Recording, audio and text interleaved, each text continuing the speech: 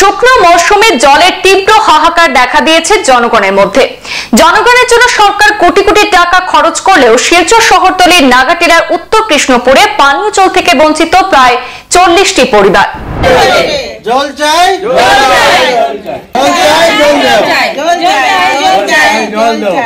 জল জীবন মিশন প্রকল্পের মাধ্যমে সরকার কোটি কোটি টাকা খরচ করে ঘরে ঘরে জল পৌঁছানোর ঢাকঢোল পেটালেও এখনো বহু এলাকার পিএইচই পানীয় জল থেকে বঞ্চিত রয়েছেন সাধারণ জনগণ। শিলচর শহরতলির নাগাটিলা এলাকার উত্তর কৃষ্ণপুর প্রথম খণ্ডে পিএইচই পানীয় জল থেকে বঞ্চিত প্রায় 40টি পরিবার। দৈনন্দিন জীবনে ব্যবহার সহ খাবারের পানীয় জলের জন্য একমাত্র বরাক নদী তাদের ভরসা। বহু কষ্ট করে বরাক নদী থেকে কলস দিয়ে জল বয়ে আনতে হচ্ছে তাদের। এ নিয়ে ভুক্তভোগী জনগণ হাতে খালি কলসি নিয়ে তীব্র প্রতিবাদ সাব্যস্ত করেন। এলাকার মহিলারা পায়ে হেঁটে গিয়ে বরাক নদী থেকে বহু কষ্টে জল আনার বিষয়টি সংবাদ মাধ্যমের সামনে তুলে ধরেছেন। এ বিষয়ে স্থানীয় বাসিন্দা বিধান শুক্লবৈদ্য, রাজু লস্কর, স্বপ্না শুক্লবৈদ্য, জ্যোৎস্না শুক্লবৈদ্য সহ অন্যান্যরা ক্ষোভ প্রকাশ করে বলেন, স্বাধীনতার এত বছর পরও পিএইচই পানীয় জল থেকে বঞ্চিত তারা। জনপ্রতিনিধিরা নির্বাচন আসলেই জলের ব্যবস্থা করতে নানা প্রতিশ্রুতি দিলেও নির্বাচনের পরে আর তাদের দেখা পাওয়া যায় না। তারা পানীয় জলের অভাবে নিজেদের বহু কষ্টের কথা তুলে ধরেছেন। ভুক্তভোগীরা জানিয়েছেন, তাদের বাড়ির সামনে বরাক নদীতে পিএইচির বার্জ রয়েছে। এখান থেকে বিভিন্ন স্থানে জল সরবরাহ করা হচ্ছে, অথচ তারা সেই পিএইচি পানীয় জল থেকে বঞ্চিত। শীঘ্রই জলের ব্যবস্থা না করলে আগামীতে ভোট বয়কট করবেন বলে তারা হুঁশিয়ারি দিয়েছেন।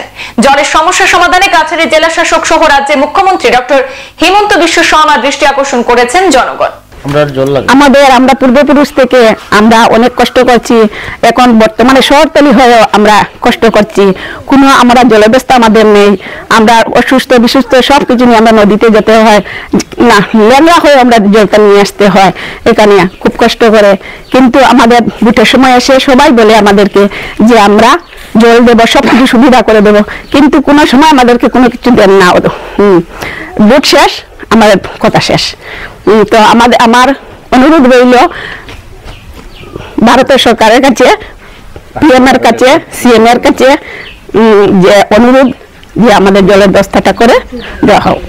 উত্তর কৃষ্ণপুর প্রথম খণ্ড নাগাটিলার নিবাসী আমরা আজকে 35-40 পরিবার এখানে বসবাস করি। আর আজকে 12 স্বাধীন হওয়ার পর থেকে আমরা পূর্বপুরুষরাও এখানে সাপ্লাই জলের কোনো ব্যবস্থা দেখছেন না, অথচ আমরা দেখেন না। আমরা মা বোনরা অতি কষ্টে বরাক নদীর থেকে জল আনিয়া আমরা খাইতে লাগে, পান করতে লাগে, ব্যবহার করতে লাগে।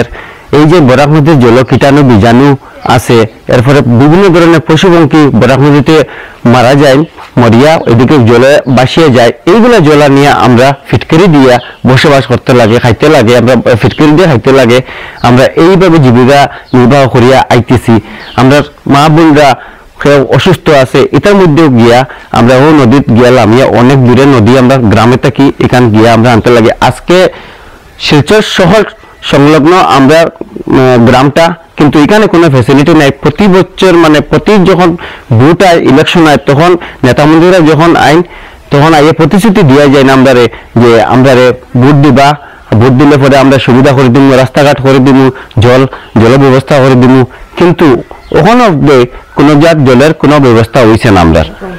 আমরা আজকে ছোট ছোট বাচ্চারা এই নোংরা জল খাইয়া বিভিন্ন ধরনের অসুখ হইতেছে, কিন্তু আমরা বিভিন্ন নেতা মন্ত্রীর কাছে গেলে আমরা প্রতিশ্রুতি দিন তারা যে তারা অতি সত্তর আমরা সাপ্লাই জল দিয়া দিবা, কিন্তু এখন পর্যন্ত আমরা কোনো ব্যবস্থা পাই না, কিছু নাই।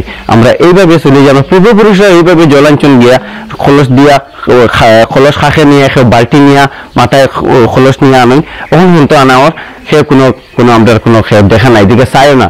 আমরা আজকে আসামের মাননীয় মুখ্যমন্ত্রী হিমন্ত বিশ্ব শর্মার কাছে বিভিন্ন অনুরোধ জানাইলাম। আর সঙ্গে আমরা কাছাড়ের জেলা ডিসি স্যারের কাছে আমরা আবেদন জানাইলাম যে আমরা অতি সত্বর বিশুদ্ধ পানি জলের ব্যবস্থা করে দেওয়া হোক। সংবাদ এ পর্যন্তই, ফিরছি পরবর্তী অন্যান্য আপডেট নিয়ে, সাথে থাকুন। ধন্যবাদ।